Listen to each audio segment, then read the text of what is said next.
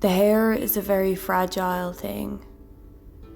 The life in the hare is a glassy goblet, and her yellow-fringed frost-flake belly says, fragile.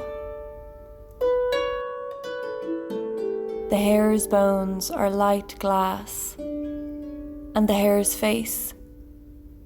Who lifted her face to the Lord?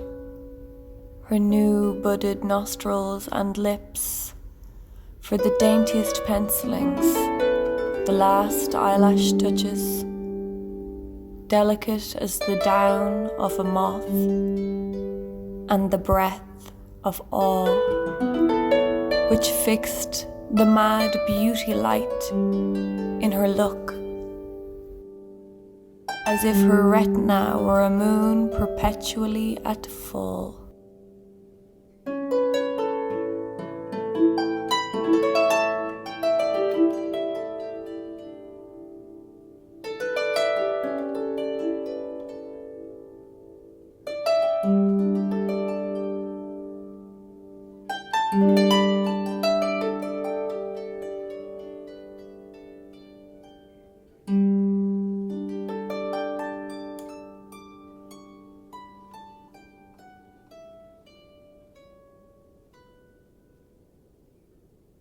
Who is it at midnight on the A30, the druid soul, the night streaker, the sudden lumpy goblin that thumps your car under the belly, then cries with human pain and becomes a human baby on the road that you dare hardly pick up, or leaps like a long bat with little headlights straight out of darkness into the driver's nerves with a jangle of cries, as if the car had crashed into a flying harp, so that the driver's nerves flail and cry like a burst harp.